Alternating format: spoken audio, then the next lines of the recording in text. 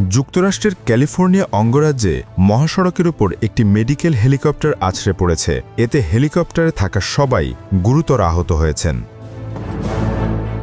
রোববার ৬ অক্টোবর স্থানীয় সময় সন্ধ্যা ৭টার দিকে স্যাক্রামেন্টো শহরের হাইওয়ে ৫০-এর অন্তর্গত ৫৯ নম্বর সড়কে এ দুর্ঘটনা ঘটে।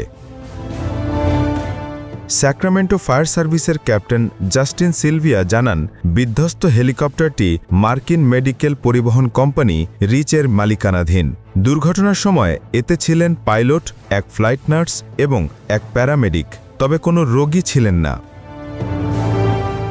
ক্যাপ্টেন সিলভিয়া বলেন, দুর্ঘটনায় ৩ জনই গুরুতর আহত হয়েছেন, তবে হেলিকপ্টারটি সড়কে পড়লেও কোনো গাড়ি বা পথচারী ক্ষতিগ্রস্ত হয়নি। প্রত্যক্ষদর্শীরা জানান, দুর্ঘটনার পরপরই স্থানীয়রা উদ্ধার কাজে এগিয়ে আসেন। তারা আহতদের মধ্যে ২ জনকে হেলিকপ্টার থেকে বের করে আনেন। পরে ফায়ার সার্ভিস সদস্যরা ৩য় জনকে উদ্ধার করে হাসপাতালে পাঠান।